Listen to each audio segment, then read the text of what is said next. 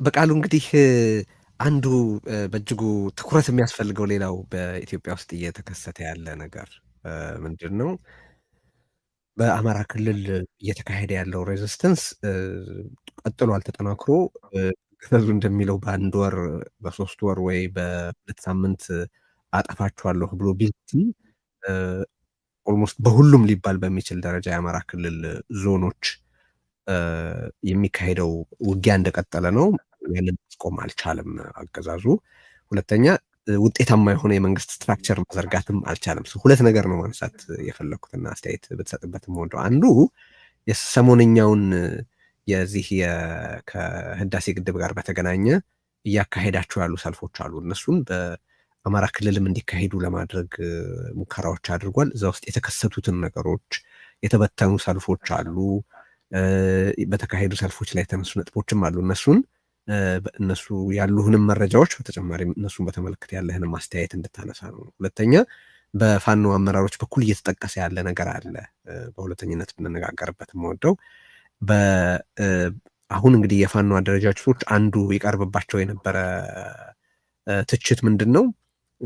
ህዝቡ በአስቸጋሪ ሁኔታ ውስጥ ባለበት ወቅት በአደረጃጀት ደረጃ የሐሳብ ነፃነት ነገር ግን የኃይል ማዕከልነት እንዲኖራቸው ሲገባ የኃይል ማዕከልነቱ ጠፍቶ በየቦታው ፋኖዎች በተቆራረጠና በታተነ መልኩ ነው ያሉት። ስለዚህ ያ ደግሞ ወታደራዊ ስምሪቱንም ፖለቲካውንም ማናበብ አልቻሉም። ይህን በማድረግ ያገዛዙን እድሜ አራዝመዋል የሚል ነው።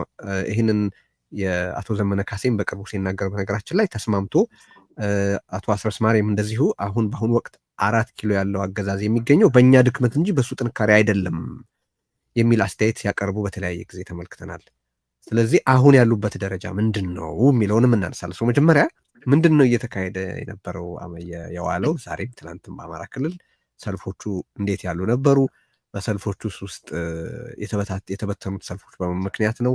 አሁን ያለውን ሁኔታ በተመለከተ እናንሳና እሱን በተመለከተም ያለህን አስተያየት ጋር እንግዲህ የህዳሴ ግድብ የምረቃ ፕሮግራም ብሎ ከተወራ ዝግጅት ከተደረገ ከ2 ወር በላይ ሆኖታል። እኔ ምን ተአምር ሊፈጥሩ ነው? እንዴት ሊያስመርቁት ነው? ምን አይነት ነገር ሊፈጠር ነው ብዬ ስል እያሰብኩ ነበር የነበረው። እውነት ለመናገር በምን አይነት ሁኔታ ውስጥ እና በምን አይነት ፕሮግራም ሊያስመርቁት ነው ያሰቡት የሚለው ብልጽግናዎች ያው የማሸብረቅ ኮሚቴውም አለ፣ የድግስ ሚኒስትሮች አሉ፣ ከተሪንግ ምናምን የሚሰራ በሙሉ የከተማዋ ሆቴሎችና ልዩ ልዩ ሼፎች ጭምር ከተለያዩ ሀገራት ከዱባይም ከዚህም እያስመጡ ስለሚንቀሳቀሱ ምን አይነት ነገር ሊያሳዩ ይችላሉ? ምንድን ነው ያሰቡት? ጠቅላይ ሚኒስትሩ በዛ መድረክ ምን ይላል? የኢትዮጵያን ሕዝብ እንዴት ነው ሊያመሰግነው የሚችለው?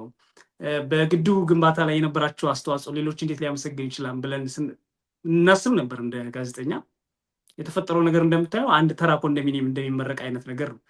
እንዲያውም ህዳሴ ግድቡ መመረቁ ሳይሆን የሆኑ ሀገራትን መሪዎች ትከሻ የታሸበትና አስቂ ነገሮች የተፈጠሩበት በትክክል ግድቡ መመረቁ ለኢትዮጵያ ህዝብ ያልተበሰረበት ምን ያህል ዋት እንደሚያመነጭ ስንት ውሃ እንደያዘ ምን እንደሆነ ጭምር ያልታየበት ኢቭን ያልተነገረበት ብቻ ሳይሆን በቪዲዮም ጭምር ያልተከተተበት ተርባይንም ጭምር ስንት ተርባይን እንዳለ ያልታየበት እኔ በጣም ዲፕ ለማየት ሞክሬያለሁ። 16 ምትል ቁጥራይች እንዴ 16 ተርባይን አድርጎት ይሆን ብዬ ነበር፣ ግን ቶሎ ተቋረጠች ራሱ ጠቅላይ ሚኒስትር ሲንቀሳቀስ እና እጅግ የተወናበደ ፕሮግራም ነው ያለው። ግን ብልጽግና ሁልጊዜም ባህሪው አንድ ነገር እየደበቀ እንደሆነ በትክክል እኔ አሁን ፊልም አድርገው ህዳሴ ግድቡ ኤሌክትሪክ በትክክል እያመነጨ ነው ያላምን የሆነ ነገር እየደበቀ ነው ያለው። ይሄንን እድል ደግሞ ሁልጊዜም ተጠቅመው አንድ ነገር ደግሞ መፍጠር ይፈልጋል፣ ህዝቡን ማደናገር። ምሳሌ የፕሪቶሪያ ስምምነት እንደተፈረመ አዲስ ሰነድ ተዘጋጀ። ከዛም በፊት ኢቭን መጀመሪያው 3ኛ ዙር የሚሉት ጦርነት እንዳጠናቀቁ አዲስ ሰነድ አዘጋጅተው ወደ አማራ ክልል ድልን የመሻማት አባዜ ብሎ አድዋንም የተዋጉት እናንተ ነበሩ፣ አሁን የምትሻሙት እናንተ ናችሁ ብሎ የትግራይ ህዝብ እና የአማራ ህዝብ ያለቀበትን ጦርነት የትግራይ ልጅ በአማራ ክልል ገብተው ያም ስንት እልቂት የተፈጠረበትን ጦርነት ድል አትሻሙ ብሎ ቀጥታ የአማራን ካድሬዎች ወደ መገምገም እና ድል መሻማት ልክ አይደለም የሁላችንም ድል ነው ወደሚል ሰላማዊ ሰልፍ ነው የገባው። አሁን የህዳሴ ግድብ በተመለከተ ሰልፎች እየተካሄዱ ነው ያሉት። አዲስ አበባ ተካሂዷል። ሲካሄድ ፕሬዝዳንቱ ንግግር አድርጓል። ንግግሩ ምንድን ነው? ምን ለማለት ነው የፈለገው ብዬ ስል የለም አብዛኛው ፉከራ ነው። የማድረግ አቅም ኢትዮጵያ ትችላለች ይላሉ። ኢትዮጵያ ትችላለች የሚል ነገር ይጠቀማሉ። እሱም ብቻ ሳይሆን በአዲስ አበባው ሰልፍ አባይን የደፈረ መሪ የሚል የጠቅላይ ሚኒስትሩ ጭምር ባነሮች ወጥተዋል። ያው ከጉዳቱ ጋር በጣም ኖር የተሞላባቸው ስራዎች ተሰርተዋል። በአዲስ አበባ ፕሮግራም በከተማ ውስጥ አሉ የተባሉ ጎበዝ ተማሪዎችን አስቀድሞ ጥሪ በማድረግ 15 ቀን በማገት መንግስታዊ እገታ በመፈጸም ለአዲስ ዓመት ጭምር ቤተሰባቸውን እንዳይሄዱ በማድረግ ለልምምድ ብለው ያው ሁልጊዜም ያልጸና ስራ ነው የሚሰሩት። አዳዲስ ከፍተኛ ገንዘብ አውጥተው አዳዲስ እንጨቶች በመረደር በህፃናቱ ተንዶ የእንጨት ፕሮግራሙ ሳይሰራ ቀረ። አሁን በሆስፒታል ነው ያሉት። አዲስ አበባ ጥቁር አንበሳ ብቻ ከ80 በላይ ገብተዋል። በአለርት በተለያዩ ቦታዎች ተጎድተው ማለት እንዲህ አይነት ውንብድና የተሰራበት ነው። እና ምንድነው እያደረገ ያለ ብለህ ስታየው ከዚህ የህዳሴ ግድብ አጀንዳ ለመፍጠር እየሞከረ ነው ያለው። ዛሬ በአማራ ክልል የተለያዩ አካባቢዎች ሰልፍ ተደርጓል። ምሳሌ ባህር ዳር ተደርጓል። የክልሉ ፕሬዚዳንት ወጥተው ተናግረዋል። ቢያንስ እንኳን የኢትዮጵያ ህዝብ ቦንድ የገዛው ቁጥር ይህን ያህል ሰው ነው። ቦንድ የገዛችሁ ሰዎች እናመሰግናለን። ኢትዮጵያን ከእናታችሁ መቀነት ፈታችሁ እንደዚህ ያደርጋችሁ። በጣም የተለዩ አርሶ አደሮች አሉ በዚህ በህዳሴ ግድብ ተሳትፎ ያደረጉ ከፍተኛ ቦንድ የገዙ በጣም የማህበረሰብ ተሳትፎ ያለበት ልማትን ሞዴል ልታደርጋቸው ይችላቸው። ማንም ዞሮ አላያቸውም፣ አልተጠሩም። በደሴ ሰልፍ ነበረ። ደሴ የፋኖ ኃይሎች በወሰዱት እርምጃ በጣም ብዙ ችግር ተፈጥሯል። እነሱም ኃላፊነት ወስደዋል። እዛ ላይ ደግሞ ከግድቡ ወደ ወደቡ የሚል ቲሸርቶች ለብሰው የወጡ ቲም አለ። እንግዲህ ብልጽግና በሃይማኖትን በተለያየ ቦታ ቲም አለ። እዛ አካባቢ ትንሽ የእስልምና እንደዚህ ጽንፈኝነት ያላቸው አንዳንድ ልጆች በአደባባይ የሚናገሩ ከነ አህመድ እንጀብል ጋር ምናምን ግንኙነት ያላቸው ራሳችን አብይ አህመድ ነን የሚሉ አሉ። እዛ ወሎ አካባቢ የሚንቀሳቀሱ እነሱ በግለሰብ ይሁን በመንግስት እንደዚህ አይነት ቲሸርቶች ለብሰው ወጥተዋል። ሸዋሮቢት እና ሌሎች አካባቢዎች እዛ አካባቢ ደግሞ ሰልፉ በፋኖ ተበትኗል። አብዛኛው ሰልፍ አልተሳካላቸውም። ወልዲያም በተመሳሳይ ሰልፍ ለማካሄድ ተዘጋጅቶ ነበር። የፋኖ አፋድ ቡድን አባላት ገብተው ጥቃት ወስደዋል። ኦፕሬሽን ሰርተዋል። ማታውን ብዙ ነው። ይሄ ሁሉ በሚነገርበት ሁኔታ እዛው ሀራ አካባቢ የፋኖ ኃይሎች ዛሬ በ200 የሚቆጠሩ መከላከያ ሰራዊትን ገለው የወታደራዊ ማሰልጠኛውን ተቆጣጥረው እንዳለ ምርኮኛውን ነድተውታል። ያመለጠውም አፋር ጭፍራ ገብቷል ዛሬ ማታ ማለት ነው። እና በአማራ ክልል አጀንዳ እንዲሆንለት የፈለገው ሰላም አለ እንዲባል ፈልጎ ለህዳሴ ግድቡና ለእንደዚህ አይነት ፕሮጀክቶች ስስልብ አላቸው ተብሎ የሚታሰቡ አካባቢዎችን መርጦ አጀንዳ ለማድረግ ሞክሯል። እንግዲህ አሁን የወደቡ ጉዳይ እኔ ምን አይነት ተጨባጭ ነገር እንዳለ ምናየው ነገር የለም። የጦር ዝግጅት አለ፣ እንደዚህ ያለ ይባላል። ከግድቡ ወደ ወደቡ ኤሌክትሪክ መስመር መዘርጋት ነው ወይስ ውጊያ መዘርጋት ነው የሚቀለው ለኢትዮጵያ የሚለው ያሳስበናል። አንድ ገበሬ እንኳን ከዚህ ህዳሴ ግድብ ባለፉት 3 ዓመታት ኤሌክትሪክ አመንጭቷን ከተባለ ለሞዴል የሚሆን እዛው አካባቢ እዛው ቤኒሻንጉል ጉሙዝ እዛው መተከል ውስጥ ላሉ ገበሬዎች እንኳን ኤሌክትሪክ አልቀረበም። በነገር ላይ የኤሌክትሪክ ማመንጫ ግድቡ ነው እንጂ ያልተጠናቀቀው የኬብል ዝርጋታው እስከ ሱሉልታ ድረስ ተዘርግቶ አዲስ አበባ የሚገባው በ3 አቅጣጫ የተዘረጋውን እኔ ዜና ሰርቻለሁ። 2008 2009 በከፍተኛ ብር በከፍተኛ ዋት 500 እና 600 የሚሸከሙ የተባሉ ኬብሉ ተዘርግቷል። ግን ምን ሆነ? አሁን ቢትኮይን ማይኒንግ ነው ምናምን ላይ ይባል ለአረብ እና ለተለያዩ ድርጅቶች ሽጦታል ኤሌክትሪኩን። የኢትዮጵያ ሕዝብ የሚጠብቀው መብራት ነው። በአንጻራዊነት ወፍጮ ቤቶቹ እንዲሰሩለት ነው የሚጠብቀው።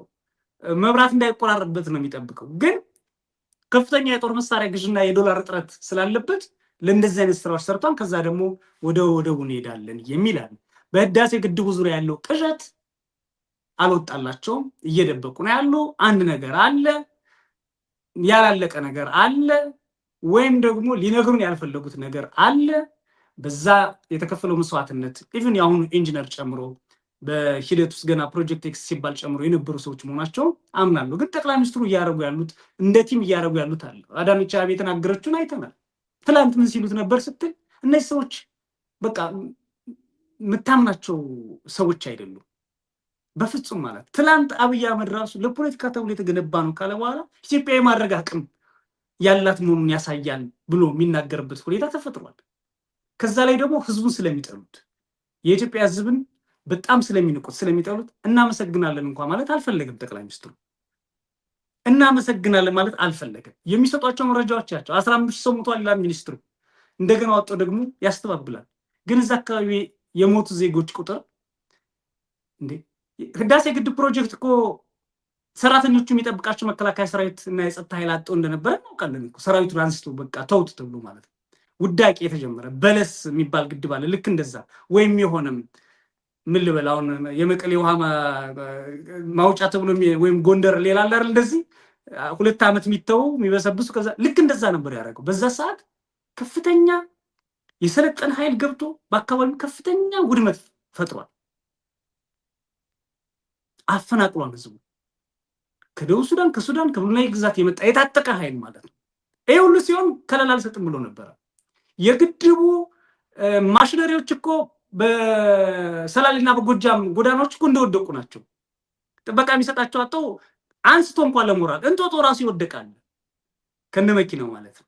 እስከዚህ ድረስ ተራ ነገር ተደርጎ እንዲታይ ሉካት የህዳሴ ግድብ የሚል ሎጎ ያለው መኪና እቃ ጭኖ የሚሄድ ከሆነ እኔ ባየሁባቸው ዓመታት የትኛው ሹፌር ነው እሱን ሳያሳልፍ ማለት የሚችለው? የነበረው ሜንታሊቲ ማለት ነው፣ የነበረው ክብር፣ በዛ በረሃ በዛ ሙቀት መስራት ከፍተኛ ክብር የሚያሰጥ እናቶች ልጅ ህዳሴ ግድብ ብሎ እየሰራ ነው ብሎ የሚሉበት ሌላውም ለመቀጠር የሚጓጓበትን ጭምር የሞተ አድርጎታል።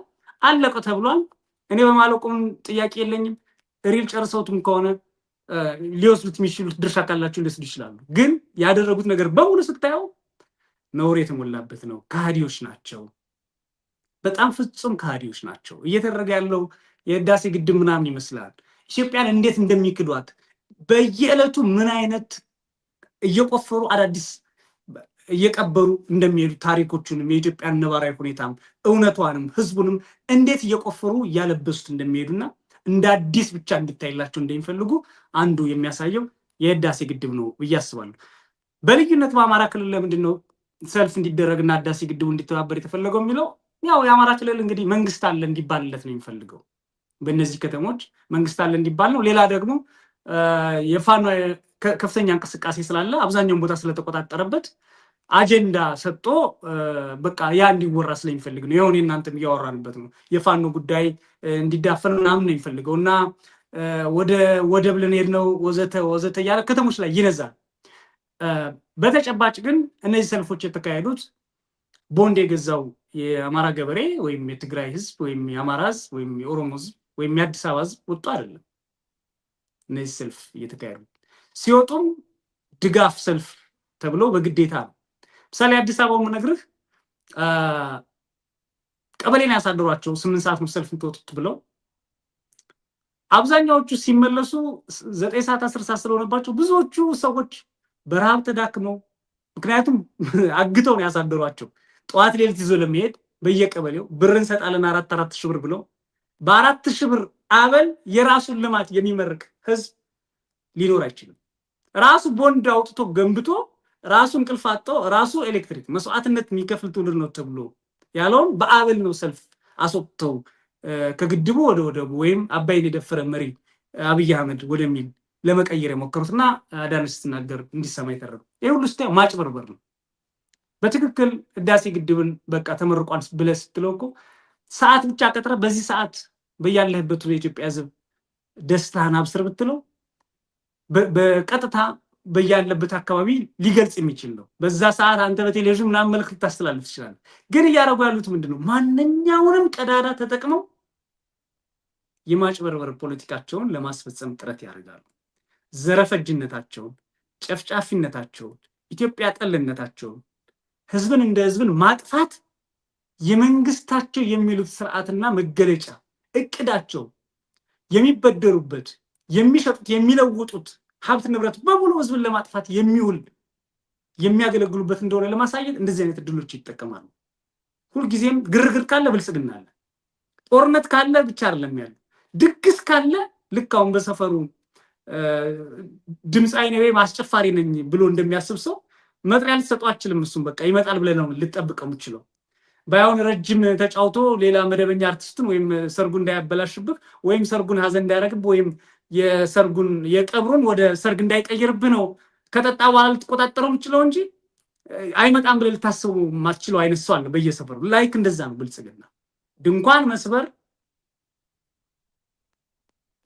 በቤተ ክርስቲያናት በመስጅዶች ሰብሮ ይጸለይልኝ ይላል። በግልጽ ማለት ነው። ኢትዮጵያ ታመስግን ብሎ ለቤተ ክርስቲያናትና ለመስጅዶች ትእዛዝ ያወርዳል። አሁን ህዳሴ ግድብን ተመረቀ ተባለ እንዴ? ለምንድን ነው ተመረቀ ካሉ በዚህ ደረጃ እንደዚህ ያልሆነ ብለህ ስጠይቅ ቆይተህ ደግሞ የለም መጀመሪያ ያደረጉት አርቲስቶች ሄዱ፣ ፎቶ ተነሱ። አብዛኛው አርቲስቶች እዛው ሲያጣጥሉ የነበሩ ሲያጭበረብሩ የነበሩ ሄዶ ለማየት ራሱ ይቀፋቸው የነበሩ ሁሉ ሄደዋል። ኦኬ አምኖ መሄዳቸው ምንም ችግር የለውም። አንዳንዶቹ ብዙ መስዋዕት የዘፈኑ ምን ያሉ ብዙ ነገር ያደርጓሉ። ግን እነሱን ራሱ ምንድን ነው የተጠቀምባቸው? ብልጽግና የመጨረስ አቅም እንዳለው ለማሳየት ነው እየወሰዳቸው ያለው ወይስ በትክክል ፕሮጀክቶቹ አልቀዋንና ደስ ብሎናል የሚለውን ነው ብለህ ስታይ ማጭበርበር ነው። በአማራ ክልልም በተለያዩ አካባቢዎችም እያደረገ ያለው ሰልፍ በሙሉ ከዚህ ጋር የተያያዘ ነው። ይህንን ነገር የኢትዮጵያ ሕዝብ የሚረዳ ይመስለኛል። እኔ ህዝቡ አብይን ከሚገባው በላይ ተረድቶት የሰለቸው ይመስለኛል። በቃ ደህና አደራችሁ ሲል በቃ መዋጮ አምጡ ሊለን ነው ቀጥታ ማለት ነው። አምላኩን ጭምር አስረስቶ ሰላም አለ ሲል ሊዋጋ ነው፣ እየተዋጋ ነው ሲል በቃ አሁን ደግሞ የበለጠ ጦርነቱን ሊያሰፋው ነው። ተቆጣጥረናል ሲል በቃ ተሸንፏል ማለት ነው። አንጻራዊ ሰላም ሰፍኗል ሲል ወይ ጦርነቱ ግሏል ማለት ነው፣ ወይም ደግሞ የበላይነት ተወስዶበታል ማለት ነው የሚለው ምንም በቃ ገና የመጀመሪያ ድምፀት ሆኗል። ለኢትዮጵያ ሕዝብ ያውቀዋል ማለት ነው፣ ይረዳዋል። እና ህዳሴ ግድቡ ላይ እየተደረገ ያለው ነገር ይሄ ነው። እንግዲህ በከተሞች በአበል ሊወጡ የሞከሩ ሰዎች ዛሬ ያጋጠማቸው የፈረሰበት ሁኔታ ያየ ነው። ከዚህ አንጻር ነው። በጣም ጥሩ ጥሩ ነጥቦች ናቸው ያነሳቸው። ሪሊ እኔ ይሄንን ነገር በጣም ጉዳይ አድርገን የምናወራበትን ምክንያት በማንሳት የነገሩን አድማስ ስፋት ማሳየት እንችላለን ብዬ አስባለሁኝና የብልጽግናም እና የአብይ አህመድም አካሄድ ከዛ ጋር የተሳሰረ ስለሆነ ነው። ይህንን ነገር ለምንድን ነው በጣም በተለየ ትኩረት ማንሳት የሚያስፈልገውን? እንደውም እንደሚገባው ያገዛዙን ፕሮፓጋንዳ ካውንተር አድርገነዋል። በጣም ጥሩ ነገር አለ፣ ነገራችን ላይ በጣም ጥሩ ነገር አለ። አሁን አገዛዙ ከሞላ ጎደል በፕሮፓጋንዳ ስለተሸነፈ ነው ይህን ሁሉ ገንዘብ ለማውጣትም የተገደደው። ህዝብ የራሱ አድርጎት ቢሆን ኖሮ እኮ በስህተትም ሆነ በትክክለኛው መንገድ አንድን ነገር አለሁበት ሲል እንዴት እንደሚሆን እናውቃለን አይደለም?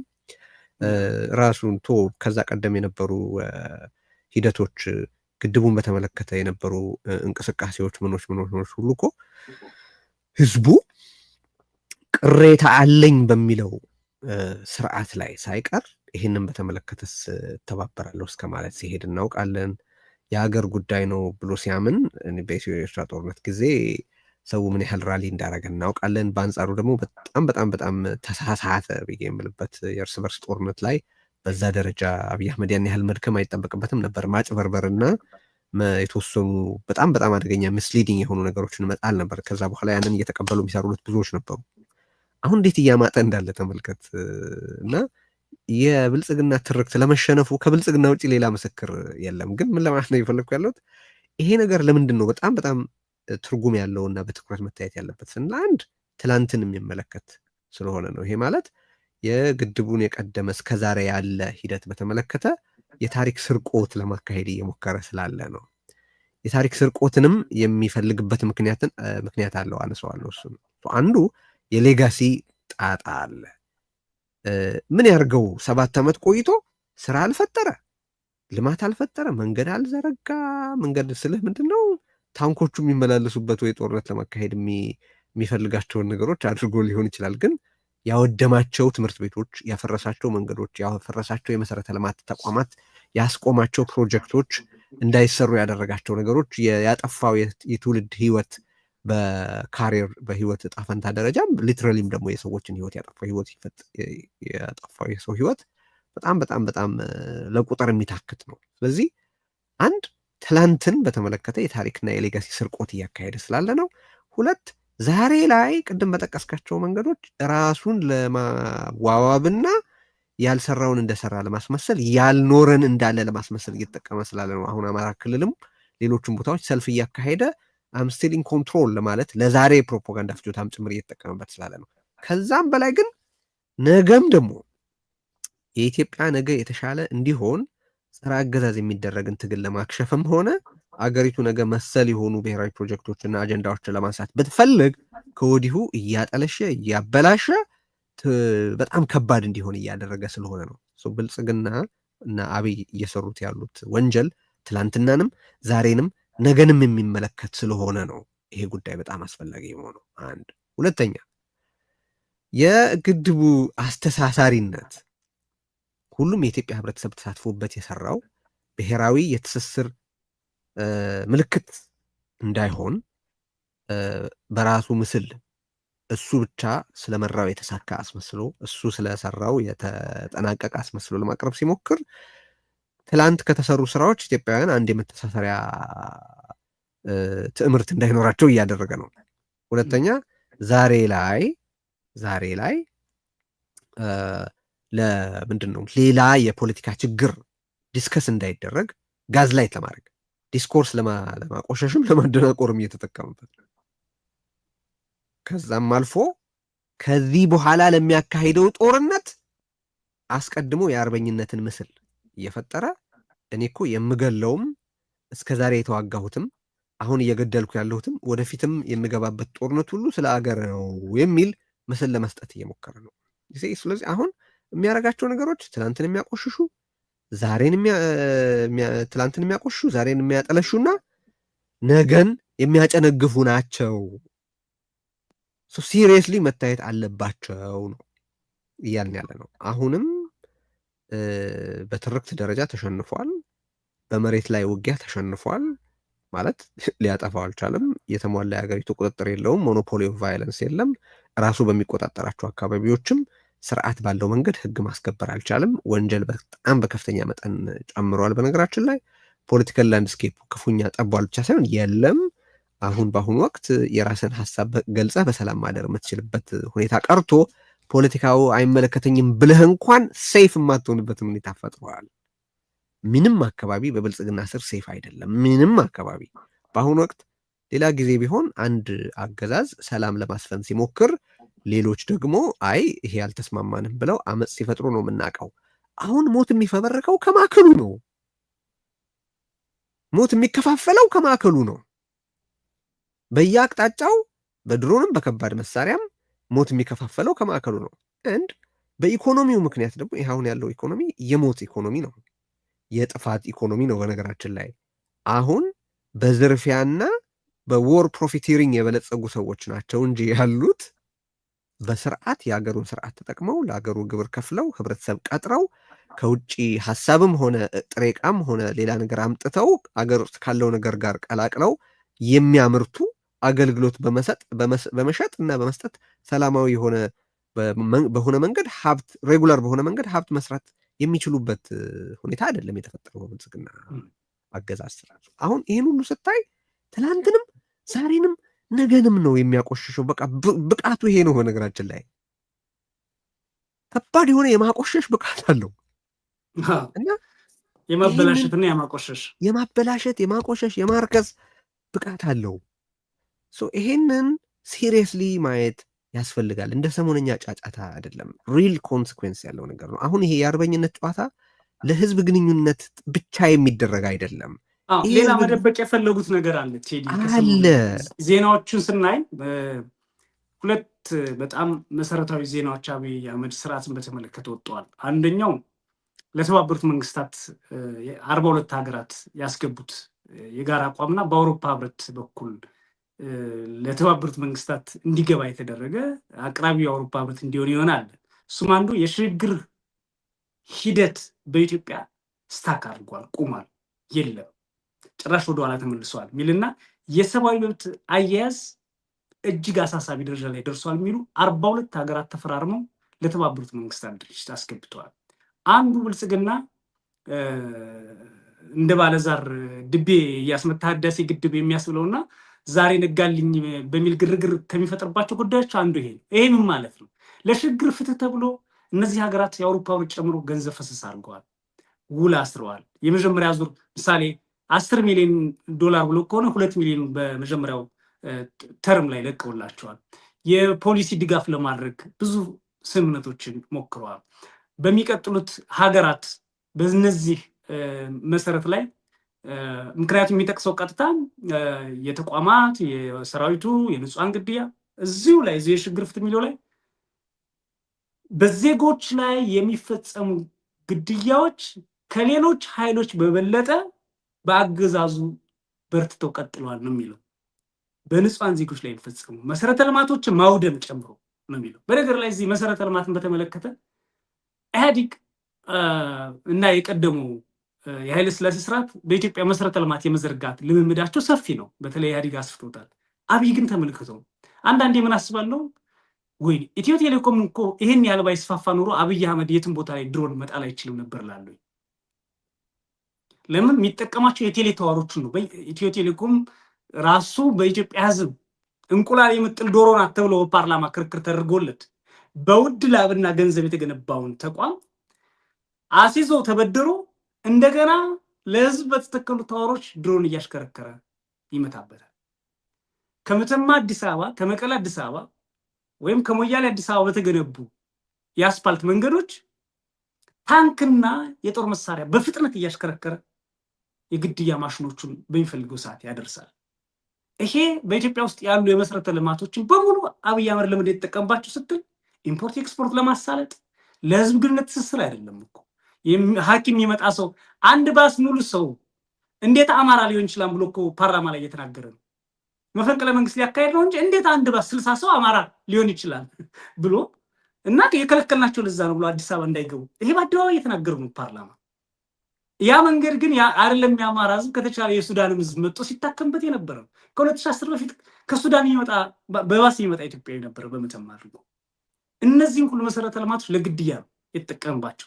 ሌላው አዲሱ ሊደብቀው የፈለገው የዲሞክራሲ ምርጫና ድጋፍ ተቋም የሚባል አንድ ዓለም አቀፍ ተቋም ሰሞኑን ደግሞ ኢትዮጵያ በዲሞክራሲ የኮሰመነች ሀገር ናት ብለዋል። የኮሰመነች ከማን ጋር ደበደባት ታውቃለህ? በጣም እኮ የሚገርም ከማይናማር ጋር እኩል ነች ብሏል። ማይናማር ስንል የሮሂንጋ ሙስሊሞችን ጥቃት አእምሯችን ላይ ይመጣል። የሮሂንጋ ሙስሊሞች ጄኖሳይድ ኢትዮጵያ ስትል ባለፈው 7 ዓመት የተፈጸሙ የዘር ማጥፋት ናቸው ተብሎ የታመነባቸውን ነገሮች ሁሉ ትመጣል እና ምርጫ ለማካሄድ የሚያስችል ሁኔታ በኢትዮጵያ ውስጥ የለም። ይህንን ለመደበቅ ነው ጥረት እያደረገ ያለው። በተለይ ለተባበሩት መንግስታት የገባውን የ42ቱን ሀገራት ማሳሰቢያ ቀላል አይደለም። አንድ ወደ ፋኖን ጉዳይ ስንመጣ አብረን እናነሳዋለን። ለምንድን ነው አብይ አህመድ ባለፉት 3 ወራት በድሮን ጥቃት ማድረስ ያቆመው? አብዛኛው ቦታ ላይ ያቆማል፣ አንዳንድ ቦታ ላይ አሰሳ ያደርጋል። ግን የአሜሪካ ኤምባሲ ያወጣው መግለጫ ነበር ታስታውስ ከሆነ መልሶ አምባሳደሩ ያስተባበረው። ከዛ በኋላ የድሮን ጥቃት ቆሟል። ማናቸው ጠንካራ እጆች አሉ። ኢቭን ግልጹን አልመጣም እንጂ በኤምሬቶች በኩል ራሱ እንደው ሚዲያ እንዲህ ነው ብለን አውጀ የምናገረው አይደለም እንጂ ሪዘርቬሽኖች እንዳሉ ነው ከአሜሪካና ከሌሎች ሀገራት ጫና ስለደረሰባቸውና ከመኮስመን ወደ ምናምን ቢለውም ዳንኤል ክብረት ዲፕሊ ወደ መኮስመን ራሳቸውን ይገልጻሉ። በነገራችን ላይ ራሳቸውን ይገልጻሉ። አሁን እሱ ትናንት ማስቸው ነበር ባዳና ባንዳ ሲል በቃ በጣም በእነዚህ ቃላት እኮ በትክክል የሚገለጽ ሰው አብይ አህመድ ነው።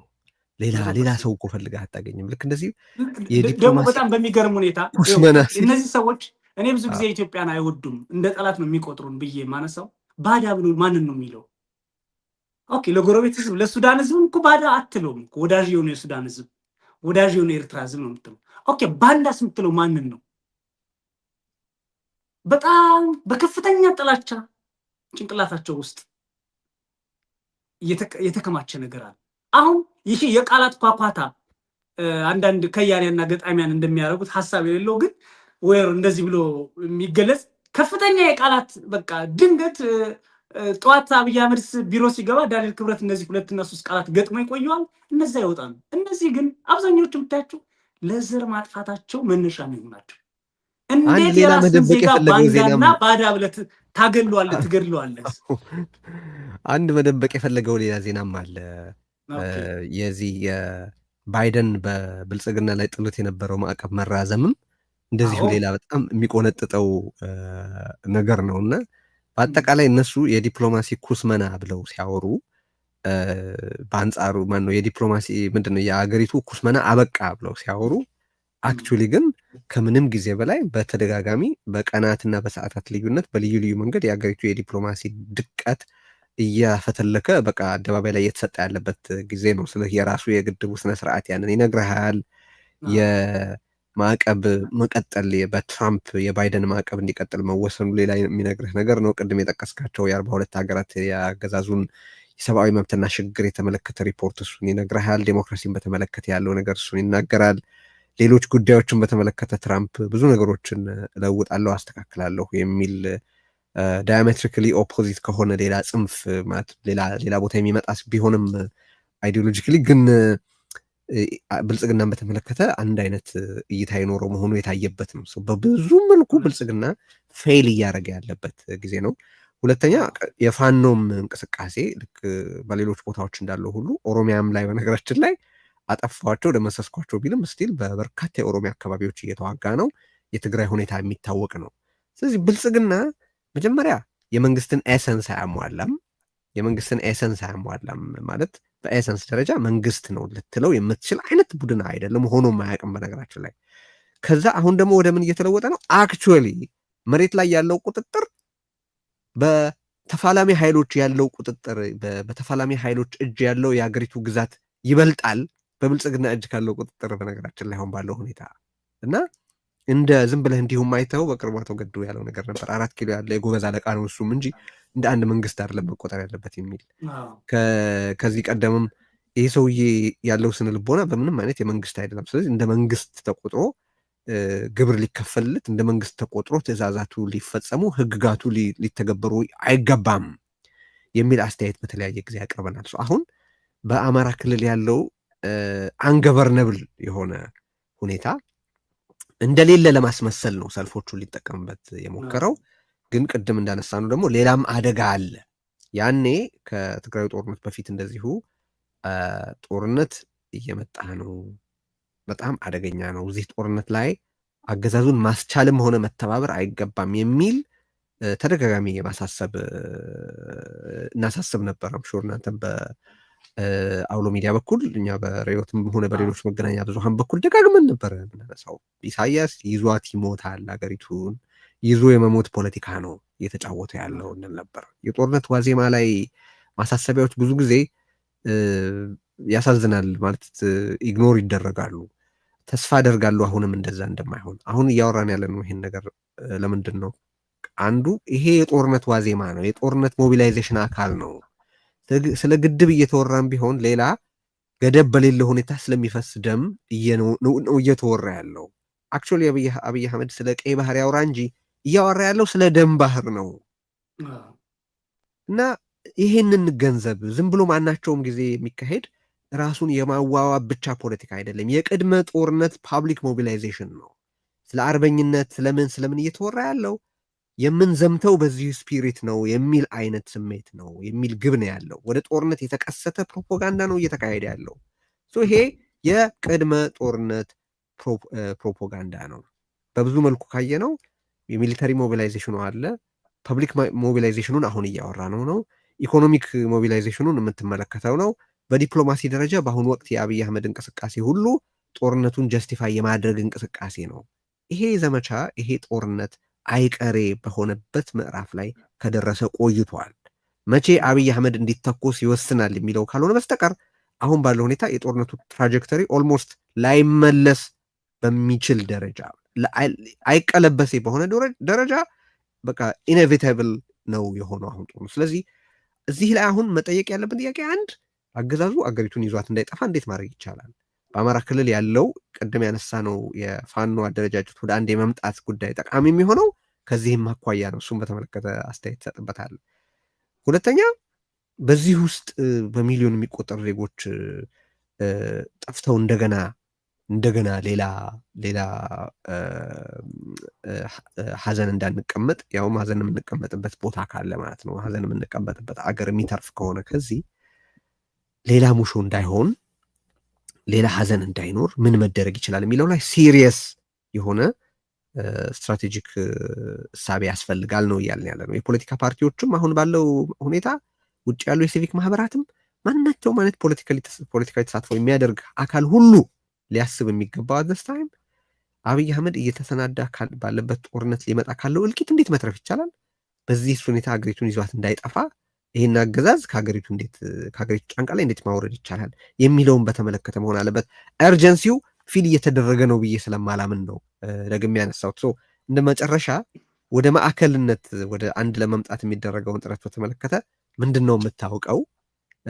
ኦፍኮርስ በአደባባይ እየተነገረ ያለ ነገር አለ፣ ስራ እየተሰራ እንዳለ ወደ 2 መምጣቱን ቢያንስ አሁን አደረጃጀቱ ተገልጧል። ግን ከዛም የተሻገረ ስራ ስለመስራት ምን እየተካሄደ ያለ እንቅስቃሴ አለ? የዚህ ሲግኒፊካንስ ምንድን ነው የሚለውን እናንሳ።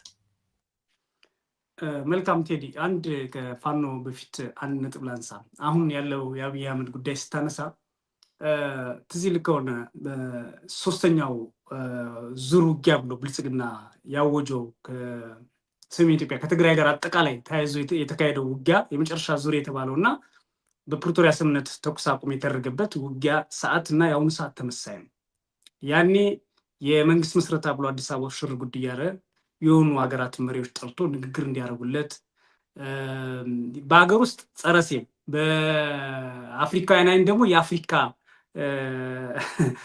ፓን አፍሪካኒስት ሆኖ ለመታየት ጥረት ያደረገበት ነው። ያኔም በመስቀል አደባባይ የነበረው መድረክ ሰልፉን በመንግስት መመስረቱን ብልጽግና አሸናፊ ነው መውጣቱን ለማሳየት ያደረገው እንቅስቃሴ በአማራ ክልል በተለያዩ ቦታዎች ያደረጋቸው እንቅስቃሴዎች ከአሁኑ ጋር በጣም የሚመሳሰሉ ናቸው። የፕሮፓጋንዳ ሰልፎች ጭምር ማለት ነው። ግልጽ የጦርነት ዝግጅት እያደረገ ያወራ የነበረው ግን ስለ ሰላም ነበር። ያን ትዝ ይልህ ከሆነ በስፋት ከፍተኛ የጦር መሳሪያ ግዢ እያደረገ በጅምላ መፍጀት የሚችልበትን የአየር ንብረትና የቦታ ሁኔታ እያመቻቸ ግን ያወራ የነበረው ሁሉም ነገር በሰላም ነው የምንፈታው ወደሚል ነበር። ካሪውን ጭምር ልካውን በኦሮሚያ፣ በሶማሌ፣ በአማራ ክልል እያደረገ እንዳለው ለጦርነት እያዘጋጀ ነገር ግን በሚዲያ የሚያወራ የነበረው ኢትዮጵያ ሁሉም ነገር የተሻለ ደረጃ ላይ እንዳለች እና ልትረጋጋ እንደሆነች ነው የሚያስበው። አሁን ሰሞኑን በህዳሴ ግድብ የሚያደርገው ያንን ነው እና የመጡትን ሰዎች ያቸው አንድ የኢህአዴግ ባለስልጣናውን ስሙን መጥቀስ አልፈልግም፣ ምን እያደረጋችሁ ነው በግድቡ ጉዳይ ተብሎ ሲጠየቁ የመለሱትን ነው እንደዚህ በሻይ ቡና እኛ እኮ እያደረግን ያለ ነው። አሁን ውጭ ወጥቷል። ምስራቅ አፍሪካን እኮ በቆጣሪ ለማስተዳደር ነው። ኦን ኦፍ በማድረግ መብራት እንሰጣቸዋለን፣ ኢንዱስትሪያቸውንም ሌሎችንም ከተሞቻቸውንም ኦፍ ኦን በማድረግ ብቻ የዲፕሎማሲ ስራችን እንሰራለን ብለው ነበር የተናገሩት። አሁን እነዛ ናቸው የመጡት። ባይዘይ በምረቃው ላይ የመጡት መብራት የወሰዱት ናቸው። ውሃ በነፃ የወሰዱት ሀገራት እነ ጅቡቲ፣ እነ ደቡብ ሱዳን እነዚህ ናቸው። እና የተለየ ነገር አልሆነለትም። ልክ እንደዛው አሁን አብይ አህመድ በከፍተኛ የጦርነት ዝግጅት ላይ ነው ያለው። ዝግጅቱ ለሶስት ሁኔታዎች ነው። አንደኛው ለአማራ ክልል፣ ሁለተኛው ለትግራይ፣ ሶስተኛው ወደብ ለተባለው ከኤርትራ ጋር ለሚያደርገው ውጊያ ነው። እነዚህን ግን መሳ ለመሳ ማካሄድ እችላለሁ ብሎ ሰሞኑን በባለስልጣናትና በካድሬዎቹ ላይ እንደደፋባቸው እንደተናገረ አይተናል። በተቃራኒ ያሉ ዝግጅቶችም ሆነ ያሉ እንቅስቃሴዎች ስታይ ይሄ ነው። አሁን ፋኖ በትግራይ በኩል ያለው በኤርትራ በኩል ያለው ኃይልስ ምን እያደረገ ነው ስትል እየተዘጋጀ ነው። የውስጥ ችግሩን ለመፍታት ጥረት እያደረገ ነው ወይም እያባባሰ ነው። የሆኑ ቦታዎችን ከውስጥ ኃይሎቹ ከራሱ ኃይሎች ነፃ እያወጣ ነው። አንድነቱን እያመጣ ነው ያለው። መጠባበቁ አለ። በደንብ ነው እየተጠባበቁ ያሉት። ይተዋወቃሉ ብዬ አስባለሁ። በአማራ ክልል በተለይ የፋኖን ጉዳይ ስንመለከት እንግዲህ በቅርብ ጊዜያት ውስጥ ከመንግስታት ኃይሎች በተለየ ኢትዮጵያ ውስጥ ኤሊት ፎርስ እየተገነባ ያለው አንዱ በአማራ ክልል ነው። ከምን ገምተው በላይ ማለት ነው። ቲዲኤፍ ላይ የነበረው የኤሊት ፎርስ ክምችት የምታውቀው ነው። የሰለጠነ የታጠቀ የተማረ እና የምትነግረውን የሚያዳምጥ ወታደራዊ ትእዛዝን ሲቀበል ለራሱ ምክንያታዊ በሆነ ትርጉም የሚሰጥ ግን የተለያየ ዘርፍ ውስጥ የነበረ ኤሊት ፎርስ ማለት ነው። አሁን ፋኖ ውስጥ ያለው አብዛኛው ያ ነው። ምናልባት እኔ ከ60 ከ70 በላይ የፋኖ ኃይሎች ቢጠኑ በዲግሪና በማስተርስ ደረጃ ያላቸው ሊሆኑ ይችላሉ ብዬ ነው የማስበው።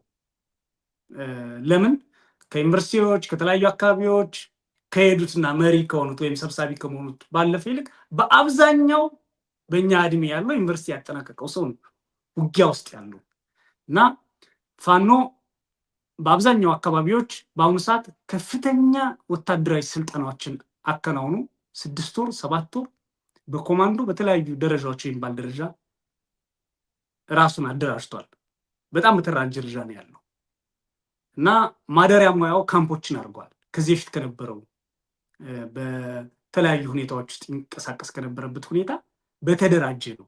አንድ ሻለቃ ወደ አንድ ሻለቃ ሄደህ እንኳን ማድረግ አትችልም። አይደለም በፈለግ ሰዓት ሄደህ ልትቀላቀል ቀርቶ ማለት ነው። አሁን ባለው የፋኖ አደረ ግልጽ የሆነ ወታደራዊ መዋቅራቸውን አስጠብቀዋል። ይሄ ከዚህ በፊትም ዘመነም ሌሎችም ጀነራል ተፈራ ማሙም ሲናገሩት የነበሩት ነው። እሱን አሳክተዋል። ባለው ግምገማ በማየውም ያንን ነው። በጣም የተደራጀ የሰለጠናላቸው የኮማንዶ ዩኒት አላቸው። የሚያስመርቋቸውን በ6 ወርና በ7 ወር ትጥቅም ያልተጓደለባቸው ናቸው። አንዱ ሲሰለጥን የዛ አካባቢ ኃይል የሚፈልገውን የጦር መሳሪያ ብዛት ማርኮና ገዝቶ ይጠብቀዋል። አቅምም አላቸው። ፋይናንሻል ስትሮንግ ናቸው። ለምን ህዝቡን የሚያስተዳድሩት ሪሶርሶችን የሚያስተዳድሯቸው በብዛት እነሱ ሆኗል እና በሚገርም ሁኔታ እንዲያውም እዚህ ላይ መጥቀስ ፈልገው ትልልቅ ከተሞች በኢኮኖሚ ደቀው አዳዲስ ከተሞች በአማራ ክልል እየተፈጠሩ ነው ያሉት ፋኖ በተቆጣጠረባቸው አካባቢዎች። ዋናው ባህር ዳር ከተማ ውስጥ ኢኮኖሚ የተመታበት ሰው ወጣ ብሎ ባሉ ከተሞች ሄዶ ሱቅ እየከፈተና ምግብ ቤቶች፣ ሆቴሎች እየከፈተ ነው ያለው በነፃነት። አንደኛ ገበሬው ወደ ከተማ መሄድ አቆሟል። ህዝቡ ወደ ከተማ መሄድ አቆሟል። ሲሄድ ይገደላል፣ ይረሸናል፣ ይያዛል። እነዛ ከተሞች ደግሞ በጠላት እጅ ያሉ ተብሎ ስለሚጠበቁ በነፃነት ኢኮኖሚ እንቅስቃሴም ያለው ፍትህም የሚያገኘው ዳኝነትም የሚያገኘው ተዘዋዋሪ ችሎት የተቋቋሙባቸው የፋኖ አካባቢዎች አሉ። ይሄ አለ እና በአብዛኛው አካባቢ የፋኖ ኃይሎች በጣም የተደራጀ ስራ እየሰሩ ያሉት ምናየው ነው። ወደ 2 መጥተዋል። 2 ስንል አፋድ የሚባል አቶ እስክንድር ነጋና ሌሎች እነ ደረጀ እነ ኮሎኔል ፋንታው ማባው ያሉበት አለ። አፋባ የሚባል እነ ዘመነ ካሴ እነ ምሬ ወዳጆ እና ሌሎች የመሰረቱት አለ። ይሄ ትንሽ የመንገጫገጭ ነገር አጋጥሟቸው ነበር። አሁን ዲፕሊ እየሰሩ ነው ያሉት። እንደምናየው ራሳቸውም ወጣውም እንደነገሩን አመራሮቹም በሚዲያም እንዳስተላልፏቸው ግልጽ አለ። በግሌም ደግሞ ያየሁትና የተረዳሁት የጠየቅኩት ከምን ጊዜውም በላይ በጣም እየተራጁ ነው ያሉት በአደረጃጀትም በመዋቅርም። ብልጽግና የሚባል ኃይልን እነሱ ከምንም አይቆጥሩትም በሚገርም ሁኔታ ማለት ነው። ይሄ ኢንቫይሮንመንት እኔ የቲዲኤፍ አባላትን ሳናገር በነበረበት ሰዓት የነበረውን አስታውሳለሁ። ችግራቸው ምንድነው ስትላቸውም የሚያቀርቧቸው ውስጣዊ ችግሮች አሉ። አንደኛ ሰራዊቱ እንዋጋ ስንል አመራሮቻችን አያዋጉንም፣ ቆዩ ገና ነው ይሉናል።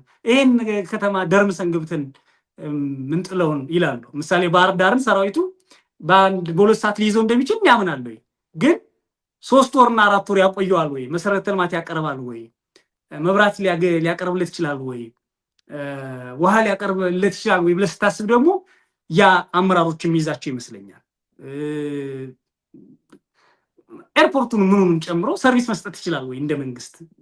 ሌሎች አካባቢዎች ግን ቀበሌዎች፣ ወረዳዎች በሙሉ ሰርቪስ ሰጥቷል። በእያንዳንዱ ቀበሌ የራሱ አስተዳዳሪ ያለው የራሱ ኃይል አለው እና ከዚህ አንጻር ስታየው ከፍተኛ ፍላጎት ነው ያለው። ይሄ ሰራዊቱ ከስር ያለው የመዋጋት ፍላጎት ነው ያለው። አመራሩ ደግሞ የመንግስትነት ስልትን ስለሚያውቅ ፖለቲካውንም ስለሚያውቅ ተቋሙ ነው መምጣት ስለሚፈልግ የሌሎች ኃይሎችን ንጽጽርም ስለሚያይ ከሌሎች ኃይሎች ጋር ሊኖረው የሚችለው ግንኙነትም ስለሚያጤን በቀጠናው የሚፈጠሩ አዳዲስ ሁኔታዎች ሉካት አሁን ፋኖ እየተዋጋ ያለበትን ኢንቫይሮንመንት በጣም በሚገርም ሁኔታ በጣም ተቀያያሪ በሆነ ሁኔታ ውስጥ ነው።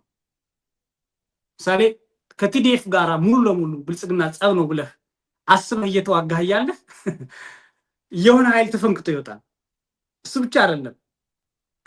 አይ ይሄ ወልቃይትም ራያም በሙሉ የብልጽግና የጠላት ቀጠና ነው ብለህ እየተዋጋህ እያለ እዛ አካባቢ የሆነ ኮሎኔል ደመቀ ያደራጀው ኃይል ደግሞ ብልጽግና ነው ይላል። እናስ ኦኬ ከኤርትራ ጋር በጣም አብይ ወዳጅ ነው ብለህ ወስነህ ምንም የጦር መሳሪያ አላገኝም ብለህ ውጊያ ገብተህ እያለ አብይ አህመድ ይመጣና ከኤርትራ ጋር ተጣልቶ ኢሳያስ ወዳጅ ነው ብሎ እንዲፈልግ ያደርግልሃል። ከሱዳን ጋራ አይ ምንም እኮ አልፋሽ ጋርም ሰጥቶብናል ወዳጅናቸው ካልቡራን ጋር ብሎ ፋኖ ሌላ መስመር እየተከተለ ያለ አብይ ምን ያደርጋል? በተቃራኒው ረድቶ ጭራሽ የሱዳን ቦርደሮች ለፋኖ ነፃ መንቀሳቀሻ ጭምር ያደርጋል። እና የጸረ አብይ ትግሉ ዋና አጋር ራሱ አብይ አህመድ ነው ነው። አዎ ግን ምንድነው ተቀያያሪ ስለሆነ ይሄንን በየጊዜው በሰራዊታቸውን በመርሃቸው ውስጥ የማምጣት ነገር ይኖራል ብዬ አስባለሁ። ሌላ እነዚህ ሁለት የሆኑት አፋድና አፋባ የሚባሉት አንድ እንሆናለን ብለው ራሳቸው ተናግረዋል። እየሰራን ነው ብለዋል። አንድ መሆን አለብን ብለዋል። ኔጌቲቭ ኢነርጂዎች ማጥላላቶች አንዱ መናቁ በሙሉ ቁማል ሚዲያ ላይ እንደምታየው። በነገር ላይ አብዛኛው የፋኖ ፊት የነበሩ የሚዲያ ሰዎች የጠፉብህ ይመስላል አይደል? ያ ምንድነው እውነተኛው ነገር እየመጣ ነው። እውነተኛው ነገር እየመጣ ነው። ሉካት አሁን ምሳሌ በእኔ ግምገማ ቲዲኤፍን የትግራይ ህዝብ እውነት ማባረር ይችላል አልፈልግህም ማለት ይችላል የሚለው ላይ ብዙ ጊዜ አይችልም ብዬ የምገመገው ለዛ ነው። ለምን በቃ መንግስት ሆኗል።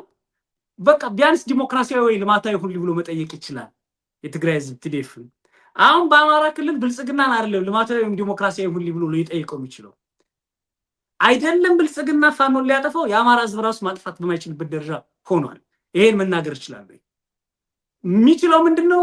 ዲሞክራሲያዊና ሰላማዊ እንዲሁም ፍትሃዊ መንግስት መስርትልኝ ወይም በኢትዮጵያ ውስጥ ከሌሎች ኃይሎች ጋር የተሻለ ግንኙነት ፈጥረህ ነፃነቴን እንዳገኝ እንድንቀሳቀስ እንድሰራ ጦርነት እንዲቆም አድርግልኝ መንግስትነትህን በደንብ አንብርልኝ ማለት ነው የሚችለው የአማራ ህዝብ። ለምን ፋኖ ራሱን ችሎ አደረጃጀቱ ኦቨር ሂዷል ከሚጠበቀው በላይ። በአማራ ህዝብና በፋኖ መካከል ያለው ግንኙነት በአሁኑ ሰዓት ህዝባዊ ትግል ነው ሲባል ከነበረበት ወጥቶ በመገበርና አስተዳደር በማግኘትና በመቀበል መካከል እያደገ ነው ያለው። ሌባ አደገኛ አዝማሚያ ነው አይደለ? አደገኛ አይደለም። የህዝብ ድጋፍ አድጓል ማለት ነው። መንግስት ሆኗል ማለት ነው። በግልጽ መንግስትነት ወደ መንግስትነት ቅርጽ ይሄ ይጠየቅ የነበረው መዋቅር እየያዘ መምጣቱ ጥሩ ነገር ነው። ግን የፈለገ ሲያድግ ቢውል ህብረተሰቡ ካልተባበረው ሰርቫይቭ ሊያደርግ የመቻል እድሉ በጣም መጎዳቱ አይቀርም የሚል አስተያየት ነው ያለኝ እኔ። ማለት ልክ ነው። ትብብሩማ ገና አልከሰመም እኮ ግን ምንድነው አሁን ባለው ሁኔታማ ድጋፍ እየሰጠ ነው ህዝቡ ኦልሬዲ። እንዲያውም በበቂ እየሰራችሁ አይደለም እያለ ነው። ግን ስቲል የመንግስት ቁመና ይኖራችሁ ወደ አንድ ኑና አንድ የኃይል ማዕከል ፍጠሩ፣ የሀሳብ ነፃነት ይከበር፣ ግን ያለውን አቅም አንድ ላይ አስተባብራችሁ ተጠቀሙ የሚሉ ማሳሰቢያዎች በስፋት ሲቀርቡ እመለከታለሁ። እኔም ግን ያ ህዝብ በሆነ ምክንያት ለዚህ አደረጃጀት ድጋፍ መስጠት ያቆመ ጊዜ ግን ብዙ መሰንበት መቻሉን እርግጠኛ አይደለሁም። ያ ቆይ አይ ቲንክ ገለጻ ላይ ሚስ ያረኩት ነገር አለ ማለት ነው። እኔ እያልኩ ያለሁት በፊት የህዝብ ማዕበል አይነት ነበር የነበረው እንቅስቃሴው በከተሞችም በገጠሮችም። አሁን በፋኖና በህዝቡ መካከል ያለው ግንኙነት የተሰመረ እየሆነ መጥቷል። ምሳሌ አንድ የፋኖ ታጋይ ከአክስቱ ቤት ወይም ከአጎቱ ቤት ሂዶ የሚያድርበት ስርዓት ቀርቷል በግልጽ። ወይም ለዛ የፋኖ ታጋይ የአክስቴ ልጅ ወይም የአጎቴ ልጅ ነው ብሎ አምጥቶ ልብስ የሚያለብስበት አይደለም ያለው። ቀጥታ የሚሰጠው አደረጃጀት አለ። ገንዘብ ሊያዋጣ ቢፈልግ ሌላም ነገር ሊያደርግ ያልተማከለ መሆኑ አብቅቶ የሚታወቅ በደንብ የተሰራ የእዝ ሰንሰለት እየኖረው ዝም ብሎ ነገሮችን በአቦ ሰጥ ሳይሆን በማዕከላዊነት የሚመራበት ሁኔታ ተፈጥሯል ነው እያልክ ያለኸው? 100%። ከዛም ያለፈ መንግስትነትን ኤክሰርሳይዝ እያደረጉ ነው ያሉት። ቀበሌዎች ያስተዳድራሉ። ሲያስተዳድሩ ተጠያቂነት ባለበት ነው። በህዝቡና በፋኖ መካከል ያለው ግንኙነት በግልጽ የተሰመረ እየሆነ መጥቷል። እሱ ምንድነው? ፋኖ ያስተዳድራል፣ ደህንነቱን ይጠብቃል፣ የህዝቡን ሌባም አይኖርም። አንድ አካባቢም ላይ ሌባ ከተሰረቀ፣ ከታገተ፣ ከተዘረፈ ያንን ተጠያቂ የማድረግ ግዴታ ህዝቡ በፋኖ ላይ ጥሏል። አንዱ ተጨባጭ ነገር። ሁለተኛ ነገር ከዚህ በፊት አንድ ሰው ብድግ ብሎ ገንዘብ ሊሰበስብ ይችላል፣ ሊጠይቅ ይችላል። በአሁኑ ሰዓት ይህን ማድረግ አይችሉም።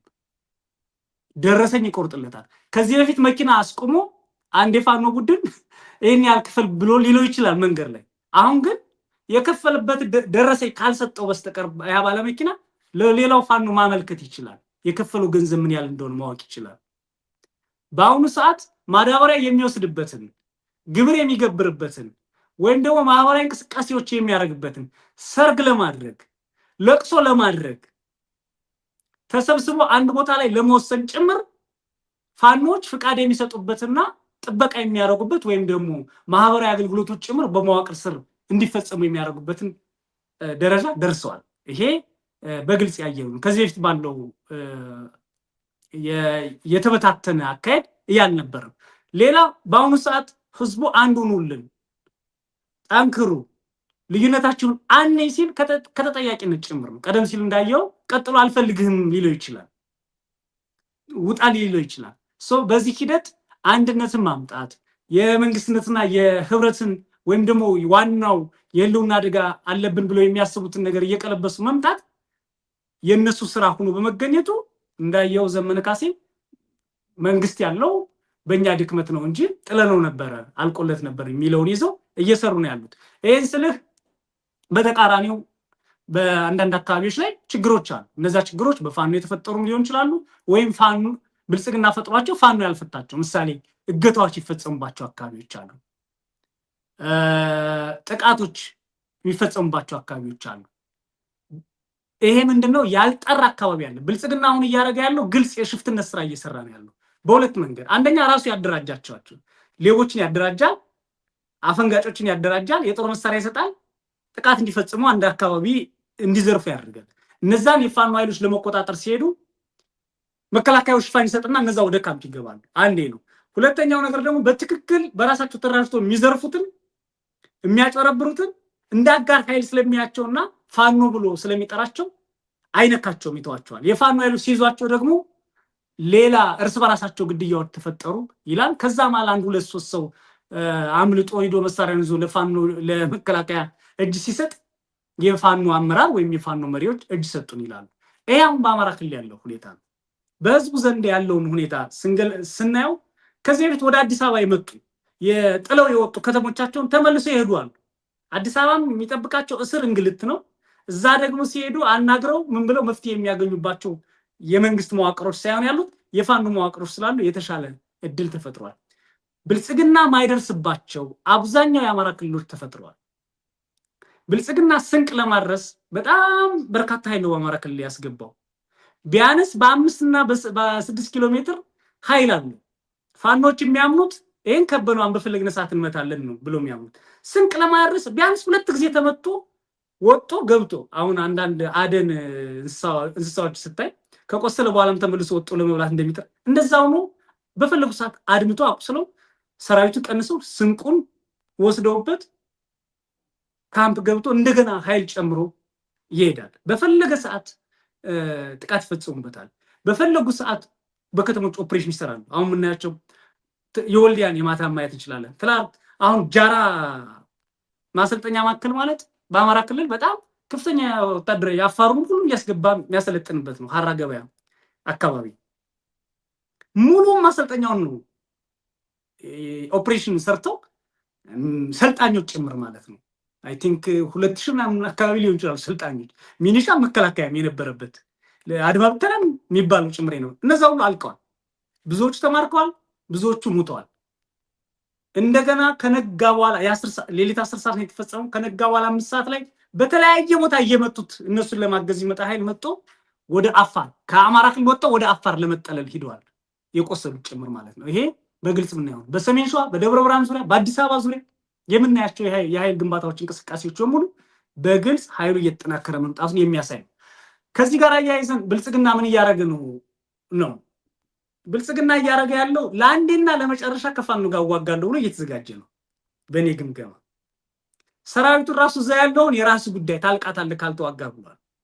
ይሄ የትግራይ ኃይሎች ከመቀለ ብልጽግናን ባስወጡበት ሰዓት የተፈጠረው ነገር ሊፈጠር እንደሚችል አልጠራጠርም። አብዛኛው ሰራዊት ይማረካል። ኦልሬዲ ተከቧል። አማራ ክልል ውስጥ ያለ ኃይል ይሄ በእኔ እምነት ተከቧል ብዬ ነው የማስበው። ህዝቡም አይቀበለውም፣ ወጥቶ ይከቧል። ፋኖም ከበቂ በላይ ኃይል ግንባታ ነው ያለው። በ10 እና በ15 ኃይል ነው ካምፖችን የሚያጠቁት።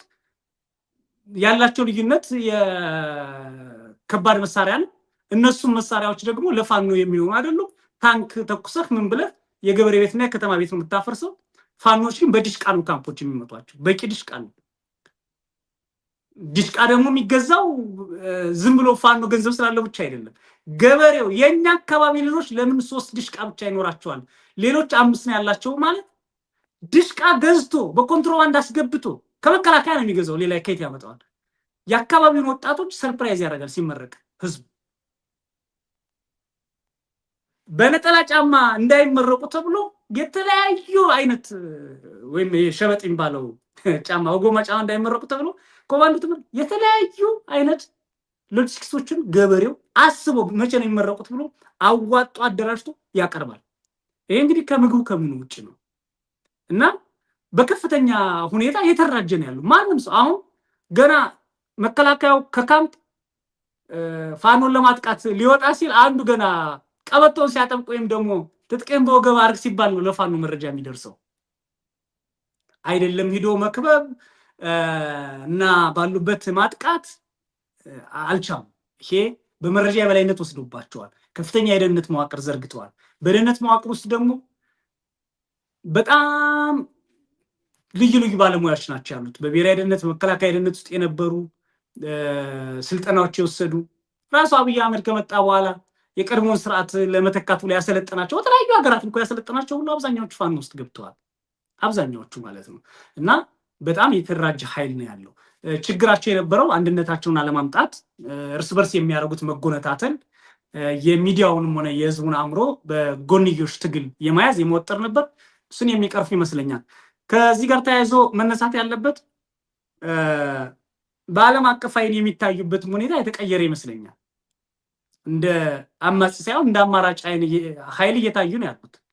አሁን አብይ አህመድ መግጠም የሚፈልግ የሱዳን ኃይል ቢኖር ወይም ደግሞ አብይ አህመድን ሂዶ ሊወጋኝ ነው ብሎ የሚፈልግ ኃይል ቢኖር ይሄ የዓለም እውነታ ስለሆነ ፋኖን ሊያናግር ይችላል፣ ቲዲኤፍን ሊያናግር ይችላል፣ ኤርትራ መጣብኝ ብሎ የሚያስብ ከሆነ ሊያናግር ይችላል። ሁልጊዜ የሚደረገው ለምን አብይን በተቃራኒ በጣም ጥሩ ሲንቀሳቀስ የነበረውን እና በምስራቅ አፍሪካ እንደው በውጭ ሀገር ከተመሰረቱ አንድ ከቀጠናው ውጭ ከተመሰረቱት አንዱ ጠንካራ ኃይል ይሆናል ብለን የምናስበው እንደ ብርጌድ ንሓመዱ አይነቱን ኃይል ገና አዲስ አብዮት የሚያመጣ እንቦቀቅላ ሪዮት የሚያስብን ኃይል በአብይ አህመድ የመጠለፍ አይነት ፕሮጀክት እናያለን በግልጽ አይደለም። እንደዚህ አይነት ነገሮች ሁሉ በተቃራኒ በዚህ ጋር ይከናወናል እና አንተ ላንተ ሲያድርልህ ወዳጅ ሌላው ገና እንዳያድር ብሎ ላንተ እንቢ ስላለ ባዳ እያልኩ የምትሰድበው ኃይል የተራጀ ኃይል ነው እየሆነ ያለው። ሌላ በአብዛኛው የከተሞች ዙሪያ የብልጽግና ኃይል ምን እያደረገ ነው ሲኖር ስትል ሪል ከህዝቡ ጋር የሚያኖረው መሰረተ ልማት የሚያመጣ ጸባይ የሚታደስ ከፋኖ የተሻለ ተመራጭ ባይሆን እንኳን ተወዳዳሪ የሚሆን የመንግስትነትና የሚሊታሪ ሽታ ያለው ነው ወይ ብለህ ስታስብ አይደለም። እየደፈረ እየዘረፈ እስካሁን ድረስ ሰሞኑን አስረስ እንኳን ሪፍሌክት ባደረገው 6,000 ሴቶች ተደፍረዋል። ትምህርት ቤቶች የወደሙ ትምህርት ቤቶች እንግዲህ እነዚህ ተደፍረናል ብለው ወጣት የሪፖርት ያደረጉ ለውስታል ያው የምታውቀው ነው። ከኬዙ ጋር የተያዙ ጉዳዮች አስቸጋሪ ነው። እጅግ በርካታ የአማራ ሴቶች በመከላከያ ሰራዊቱ በየዕለቱ እየተደፈሩ ያሉት ይሄ ህዝቡ ያውቃል። በቤተክርስቲያን በቤተ እምነቶች ይወያይበታል፣ ይረግማል፣ ያነውራል፣ ሲችልም ይታገለዋል። እንዲህ አይነት አፍራሽ ሀብት እየተዘረፈ ነው ያለው። ሆቴሎች ብር ካላዋጣችሁ ወይ ከኛ ጋር ካልተሰራችሁ እያሉ እየፈረሱ ነው ያሉት በትንሽ ከተሞች አሉት። በተቃራኒው ደግሞ ወታደራዊ ኃይሉ የሚባለው ከፍተኛ ሀብት እያካበተ ነው። አብዛኛው በከተሞች ያሉ ሆቴሎችን 50 እና 60% ካልሸጣችሁልኝ እያለ የመከላከያ አመራሩ ገዝቷቸዋል። ካለዛ ፋኖ ነው ብዬ አስራለሁ እያለ ማለት ነው። በአስገዳጅ ሁኔታ ሪሶርሶች ማዕድናት እንደዚህ እንደ ኦፓል እንደ ድንጋይ ከሰል አይነት የከበሩ ማዕድናት በመከላከያ ሰራዊቱ ሲጓጓዝ ነው የሚሉት። ማዳበሪያ ከሱዳን ቤሻንጉል ክልል አማራ ክልል ወለጋ የሚንቀሳቀሰው በመከላከያ ሰራዊት መኪና ነው። በጦርነት ውስጥ የሚገነባ ሀብት እና በጦርነት ሀብታቸው እንዲያደልቡ አብይ የፈቀደላቸው ፍተሻ ላይ የምታገኙትን ዶላር ጭምር ለራሳቸው አርጉ ብሎ በፓርላማ የነገራቸው የመከላከያ ሰራዊት የሚባሉት የብልጽግና ኃይሎች በከፍተኛ ደረጃ ሀብት እያካበቱ ነው ያሉት። አንዳንዶቹ ውጊያን በመጥላት አትጉን ባካችሁ ለኛ ብላችሁ ተውልን እኛም ከምናገኘው ሰጣችኋለን ብለው የፋኖ ኃይሎች የሚማጸሙ አሉ። እንደው ይህን ከተማ በአብይ ፊትም ግርማ ሞገስ አግኝቼ ትንሽ ገንዘብ ስለማገኝ 1-2 ወር ባካችሁ አትምጡብኝ ተቆጣጥሬዋለሁ ብዬ ሪፖርት ላድርግ ብሎ ምልጫ ይልካል። ይሄ በአደባባይ ነው የምነግርህ። በከተሞች በነላሊበላ በጎንደር በዚህ አካባቢ በባህር ዳር በተለያዩ ቦታዎች ግማሽ ቀበሌ በፋኖ የተያዘ ነው። አይደለም የመንግስት ኃይል ቀርቶ የመንግስት መኪና ማያልፍበት የከተማው ክፍል ይበዛል። አሁን ባህር ዳር አንዳንዱ አካባቢ ላይ፣ ጎንደር በተመሳሳይ ደብረ ማርቆስ፣ አብዛኛው የደብረ ማርቆስ ፖሊስ ጣቢያዎች በዚህ አንድ ወር ውስጥ ወድሟል። በፋኖ ገብቶ ቦምብ ጥቃት ፈጽሞባቸዋል። በብዛት ማርቆ ወስዷል። ይሄን ሁሉ ስታየው በፈለጉት ሰዓት ማድረግ የሚችላቸውን ነገሮች እያደረጉ ነው ያሉት። ያ ይታያል። ብልጽግና ግን ለአንዴና ለመጨረሻ ጊዜ አውድማለሁ እንግዲህ ሰላም አመጣለሁ አይደለም። ምክንያቱም እስካሁን ያደርጋቸው ውጊያዎች ያደርጋቸው ተግባሮች ሙሉ ማውደምን፣ መጨፍጨፍን፣ ንጹሃንን መግደልን፣ ሆስፒታሎችን፣ ትምህርት ቤቶችን ይሁነኝ ብሎ ያልገነባቸው አንዳች ነገር ያላወጣባቸው ሆስፒታሎች፣ ትምህርት ቤቶች በህዝብ ገንዘብ የተሰሩ ሆስፒታሎችን በድሮን በታንክ በጀት ለማውደም የመጨረሻ እየተዘጋጀ ነው ያለው። ይሄ ደግሞ ጥቅምት ላይ ይሁን ህዳር ላይ ይሁን ባላውቅም ውጊያውንም አለ። ያ ውጊያ ግን በሙሉ ጉልበታቸው በሙሉ ኃይላቸው ሁለቱም ኃይሎች የሚያደርጉት ነው ብዬ አላምንም። አሁን ግን ለመጨረሻ የሚባል ዝግጅት አለ ከአሰብም ጋር ከትግራይም ጋር ያለው ያን አሁን የአማራ ክልልን ጉዳይ ኃይሉን በሙሉ ተቆጣጥሬዋለሁ ብሎ ነበር አማራ ክልል የሚያስበው። ኃይሉ አማራ ክልል ውስጥ ተከቦበታል። ብልጽግና ድሮን ቢያንቀሳቅስ እዛ ውስጥ ያለ ኃይል መውጣት አይችልም። የሚችለውን ያህል ገሎ ሊሞት ይችላል ወይም እጅ ሊሰጥ ይችላል እንጂ መሄድ አይችልም። እኔ ባለኝ ሳያው በአንድ ወረዳ ውስጥ 4-5 ቦታ ላይ ካምፕ አድርጎ ቁጭ ብሏል። በቃ ትንሽ እየተራራ ነገር ከተገኘች በቃ ብልጽግና ሄዶ ይሰፍርባታል። በተቃራኒ ደግሞ እነሱ ደግሞ በፈለጉበት ሰዓት ያሰለጥናሉ። እንግዲህ የሚያሰለጥኑት መቼም የትም አይደለም። ቢያንስ ጎጃም ስታየው፣ ሰሜን ሸዋን ስታየው፣ ሌሎችን ስታየው በቅርብ እንደው ለመልከታ እንኳን ለሳተላይት እንኳን ቅርብ ነው፣ ላገዛዙ ሩቅ ነው ብለህ የምታስበው አይደለም። ግን አሰልጥነው አስመርቀው በስርዓት ነው የሚያስመርቁት። በስርዓት ንግግር አድርገው በስርዓት ላይ እያስተላለፉ ይሄን ነው የሚያደርጉት። ለምን በአብዛኛው ነገር አሸንፎታል። የድሮን ማጥቂያ ስልቱን አውቀዋል። ድሮን ሲጥል ምን ያህል ሊጎዳ እንደሚችል ያውቃሉ። እንዴት እንደሚከላከሉ ያውቃሉ። ንጹሃን ህዝብ ላይ የሚያርሰውን ጉዳት ያውቃሉ። አብዛኛውን ነገር ይህ ውስጥ ገብቷል። ሌላ እንደዚሁ የተከበበ ኃይል ያለው ብልጽግና በወልቃይትና በራያ አካባቢ ነው። በሁለት በኩል ተከቧል። አሁን ወልቃይት ከፍተኛ ኃይል አለ እዛ አካባቢ። ከዚህ ይገባኛል ሁኔታው አንዱ ጥሶ ይመጣል፣ የትግራይ ኃይሎች የሚጠብቅ በጎን ደግሞ ያን ቀጠና የብልጽግና ቀጠና ያማረጋል። ፋኖም ይመተዋል፣ ቲዲኤፍም ይመተዋል። የት ይሄዳል? ኤርትራ እንዳይሄድም እንግዲህ አዲስ ካልመጣ የምናውቀው ነገር የለም። የት እንደሚሄድ ግራ ነው የሚገባኝ። ኦኬ የህዝብ ኃይል ሊሆን ይችላል ብለን ፎይታ ልንሰጥ እንችላለን። ሱዳን ይገባ እንዳንል ኦኬ መተማ አካባቢ ምናምን አሁን ሲወጓቸው ሱዳን ነበር የሚገቡት። አሁን ግን በዛ አካባቢ የአልቡራን ጦር ተጠናክሮ ስለመጣ ሱዳን መሄድ አይችልም። ፍጹም ሟች የሚሆን ንጹሃን ያለቁበትን ቦታ እንደገና በአዲስ ታሪክ ጠላት የሆነ ኃይል የሚያልቅበት ቀጠና ቢኖር አሁን የጠቀሱት የዛ የወልቃይት አካባቢ ነው። ለምን ሰራዊቱ ተከቧል። በፋኖም በኩል መውጣት አይችልም፣ በትግራይ በኩልም ለመውጣት እኔ አላውቅም። ሌላ የሆነ ታምር ተፈጥሮ እነ ዶክተር ደብረጽዮን በቃ ሰራዊታችን ብለው ተቀብለውት ወይ አላውቅም። እሱን ልረዳ አልችልም። አንዴ ነው። ሁለተኛ በራያና ሌሎች አካባቢዎች ኃይል ባይዘው ሁለት ነው ስራው። አንደኛው ትግራይ መክበብ ነው። ሁለተኛው ፋኖ በእነዚህ አካባቢዎች ምንም አይነት ድጋፍ እንዳያገኝ ከቦ መቀመጥ ነበረ። ግን ያው ከባለው ስትል ነው የምትከበው እንደሚባለው ተከቧል። ኦልሞስት አሁን በራያም ወልቃይት ያለው 100% በሚባል 360 ዲግሪ ተከቧል። የወልቃይቱ እንደው በስንት መከራ ጎንደር እመጣለሁ ቢል እንዴት ነው የሚመጣው? እየሄዱ አሁን የተከዜ ዘመና የሚባለው ፋኖች እየመጡት ነው ያሉት። በግልጽ ነው የሚያጠቁት። ራሳቸውን እኮ ደመቀ እንኳን ከቤታቸው ወደ አንድ ቀበሌ ለመሄድ እንኳን በከፍተኛ ኃይል ታጅበው ነው የሚሄዱት። ነፃ ወጣ ነው ባሉት ቦታ ላይ እንኳን ማለት ነው። ነፃነት ምን እንደሆነ እንኳን ዋጋ ባጣ። በዚህ በራያ ባላማጣም ያለው እንደምታየው ቲዲኤፍ የሚባለው ኃይል እዛ አካባቢ የሚያደርገው እንቅስቃሴ አለ። ፋኖ ደግሞ ከጀርባ አለ። እንግዲህ በጠብቀኝ ልጠብቅህ ብቻ መባባል ሳይሆን በግልጽ ወደዚህም ወደዛም መሄድ የሚችልበት አይደለም። በአፋር ነው ልዩ መውጫ ተደርጎ አሁን እየታሰበ ያለው። በአፋር ያኮረፍም ኤርትራን መሰረት ያደረገ ከፍተኛ የቴክኖሎጂ ዲፕሎይ አለ። የአንቲ ድሮን በጣም ከፍተኛ ለኤርትራም ለሁሉም የሚደረግ ለትግራይ የሚደረግ ዝግጅት መቀሌንም ሁሉም ታርጌት ማድረግ የሚችል እንደሰማሁት ጀነራል አበባው እዛ 2 ወር ሆኖታል። እሱ ነው እየመራው ያለው። ሰውየው በእንደዚህ አይነት ነገር የሚመርጣቸውን ሰዎች ያውቃል። ጀነራል አበባው ከአማራ ክልል ወጥቶ አፋር ነው ያለው። ሙሉ ለሙሉ የአፋር ፕሮጀክት ከኤርትራም ከሌሎችም ጋር የተያዘው ሙሉ የሚመራው እዛ ነው። ይሄን ሁሉ ስታየው አብይ አህመድ በግልጽ ለውጊያ እየተዘጋጀ ነው ያለው። ይሄን ሁሉ እንኳን እኛ አይተናል ብለን ባንተነትን የኤታማዦር ሹሙ 2018 ልዩ የውጊያ ዓመት ነው ብሎ አውጀዋል።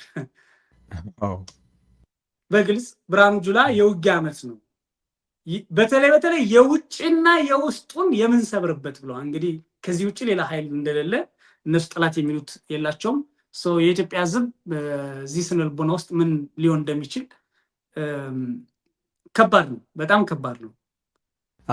ሰውየው ከጀነራሎቹ ጋር በነበረው ስብሰባ ላይ ይሄ ነገር ቢታሰብበት እንችላለን ወይ የሚል ጥያቄ ሲቀርብለት እናንተ አብራችሁኝ ባትቆሙ እንኳን ድሮንን እና ኢየሱስን ይዤ ገጥማለሁ ማለቱ ተሰምቷል። እና ስልህ ቅድም የጠቀስነው ነገር አለ፣ እልቂቱንም የማመናፈስ ነገር። ይሄንን የምንፈጽመው ፍጅት እኮ ቅዱስ ፍጅት ነው፣ እንዲህ ለማድረግ ስለማረገው ነው፣ ይሄንን ለማሳካት ስለማረገው ነው ይላል። ለዚህ ነው ትርክቱን በጥንቃቄ ማየት ያስፈልጋል። ይሄ ነገር ሲሪየስሊ መወሰድ እና በጣም ከባድ የሆነ የአድቮኬሲ ስራ ያስፈልገዋል ከወዲሁ መባል ያለበት። አብይ አረገዋለሁ ብሎ ከማድረግ የተቆጠበው ጦርነት መኖሩን እኔ እስካሁን አላውቅም። ይህም ጦርነት በፍጹም የሚቀር አይመስልም እስካሁን ባለው ሁኔታ። ያው ሁሌ ቴዲ እንዲያው በሚገርም ሁኔታ ጦርነቱ ቆሟል ቢባል የሚያለቅስ አይመስልህም? ሰውየው ጀስት ለምን ቆም ብሎ ምንስ ያደርጋል? አሁን ሌላ የሚሰራው ነገር ስለሌለ ሰርቫይቭ አደርጋለሁ ብሎ የሚያስበው ራሱን እየበላ አገሩን እየበላ ህብረተሰቡን እያስፈጀ መቀጠል ነውና ሌላ ሬጉለር የሆነ የመንግስት አስተዳደር አውድ ለአብይ አህመድ የሚሆነው አይደለም። እና ጦርነት አሁንም ጦርነቶች አሉ እያካሄዳቸው ያሉ።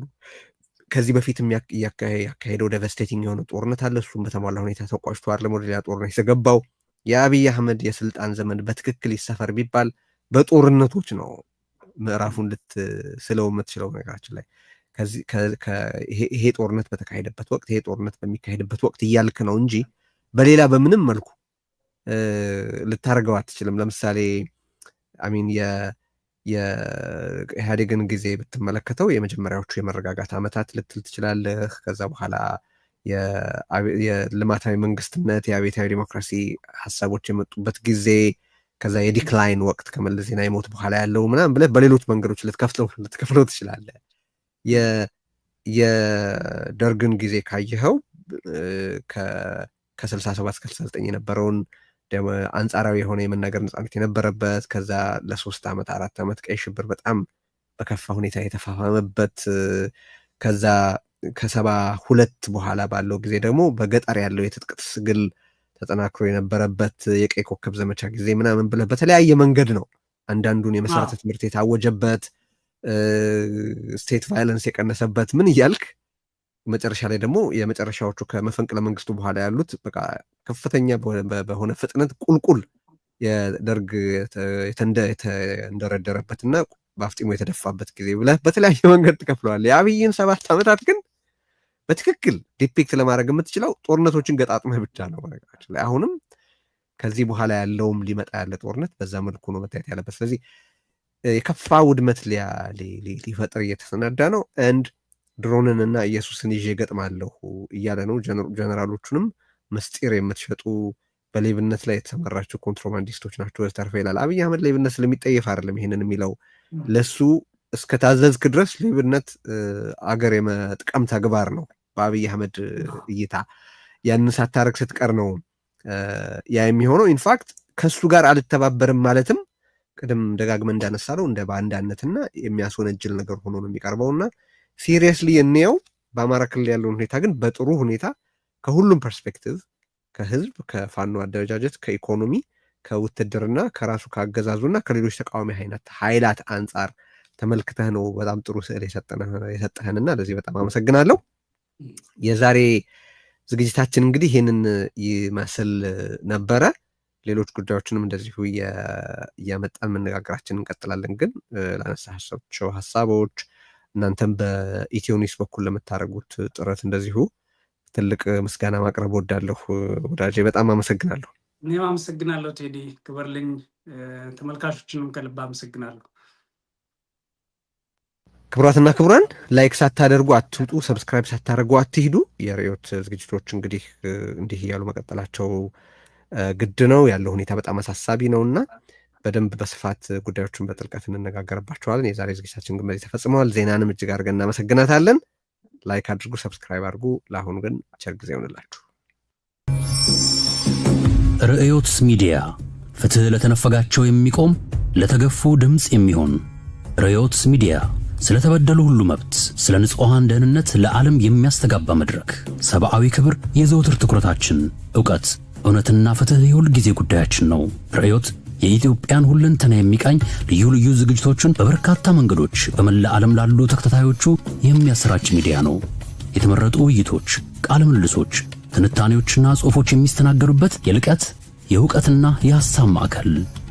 የዩቲዩብ ቻናላችንን ሰብስክራይብ፣ የፌስቡክ ገጻችንን ላይክ፣ ዝግጅቶቻችንን ሼር ያድርጉ። ሱፐር ቻትና ሱፐር ስቲከር በመግዛት ድረገጻችንን www.ryot.median በመጎብኘትና ዶኔት የሚለውን በመጫን በአንድ ጊዜ ወይም በቋሚ ወርሃዊ አስተዋጽኦ ርዕዮት ሚዲያን ይደግፉ። www.ryot.media። በተጨማሪም በዜል ወይም በካሻፕ ለሚቀላችሁ በስልክ ቁጥራችን 202-415-8418 ርዕዮትን ይርዱ።